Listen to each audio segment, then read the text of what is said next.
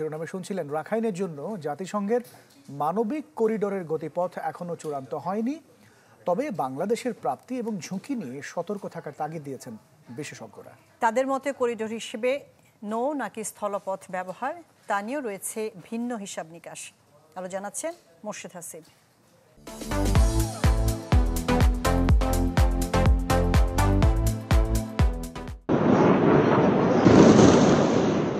মিয়ানমারের জান্তা সরকার ধীরে ধীরে দখল হারিয়েছে রাখাইনে।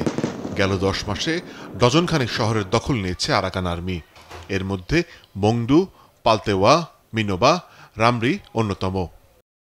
গেল বছর শেষ দিকে প্রকাশিত সেন্টার ফর আরাকান স্টাডিজের প্রতিবেদন বলছে, শুধু দখলেই থেমে থাকেনি আরাকান আর্মি, নির্যাতন চালাচ্ছে স্থানীয়দের উপর, সাথে খাদ্য সংকট যেন মরার উপর খাড়ার ঘা। বছরের প্রথমার্ধে প্রকাশিত মিয়ানমার মনিটরের তথ্য বলছে, শুধু মার্চেই দেশজুড়ে আটকের পরিমাণ প্রায় 30,000। সব মিলিয়ে পরিস্থিতি বেশ ঘোলাটে। জান্তা সরকার ও আরাকান আর্মির এমন মুখোমুখি পরিস্থিতিতে রাখাইনে জাতিসংঘকে মানবিক করিডোর দেওয়ার নীতিগত সিদ্ধান্ত নিয়েছে সরকার। বিষয়টি নিয়ে বেশ সতর্ক থাকার তাগিদ দিলেন বিশ্লেষকরা। এখনও আমরা জানি না এই করিডোরের মাধ্যমে যে বাংলাদেশের প্রাপ্তি কী এবং বাংলাদেশ ঝুঁকি কী। এখানে যেহেতু আরাকান আর্মি মিয়ানমার সেনাবাহিনীর বিরুদ্ধে যুদ্ধ করছে, সে যদি দেখে যে তার বিরুদ্ধে যেই যুদ্ধরত যারা আছে তাদেরকে শক্তি যোগানো হচ্ছে, তাহলে সে কি নিশ্চুপ বসে থাকবে?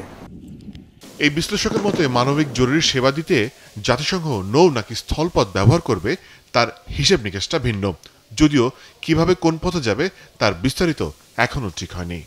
অটোমেটিক্যালি আমার এয়ারফোর্স ওখানে এনগেজ হয়ে যাবে, আমি এই ঝুঁকিটা নিতে যাচ্ছি। আরেকটা কথা হচ্ছে, এটা অল্টারনেটিভ তো খোঁজা যায়। যদি জাতিসংঘ তাদেরকে খাদ্য সহায়তা বা অন্য কিছু দিয়ে সাহায্য করতে চায়, তাহলে তো আপনি বঙ্গোপসাগর পুরো আমাদের নারকেল বাড়িয়া দিয়ে থেকে সেন্ট মার্টিন থেকে শুরু করে বঙ্গোপসাগর তো খোলা, সেখানে তারা ল্যান্ডিং পয়েন্ট করতে পারে, সেখান দিয়ে তারা যা খুশি তা দিতে পারে। আমার ভূমির থেকে কেন যাবে এটা? যদি না আমার সেরকম যদি না একটা শর্ত থাকে যে এটা দিলেই রোহিঙ্গাদের সবাইকে নিয়ে যাবে। কারণ রোহিঙ্গাদের বহুদিন থেকে আমরা এখানে রেখে দিয়েছি, আমাদের কোনো গতি হচ্ছে না, এটার কোনো হেড অ্যান্ড টেইল নাই। সেরকম কোনো শর্তে যদি বাংলাদেশ জাতিসংঘের সাথে বা আরাকান আর্মি যদি সেরকম সেখানে বলে যে রোহিঙ্গারা সব শাসক, যেহেতু আমরা ওখানে প্রভাব বিস্তার করে আছি, আমরা দখলে রেখেছি। তবে রাখাইনের সার্বিক পরিস্থিতিতে মানবিকতার খাতিরে বাংলাদেশের উপর দিয়ে আগেও জরুরি সেবা দিয়েছে জাতিসংঘের দুটি সংস্থা। মোর্শেদ হাসিব, চ্যানেল 24, ঢাকা।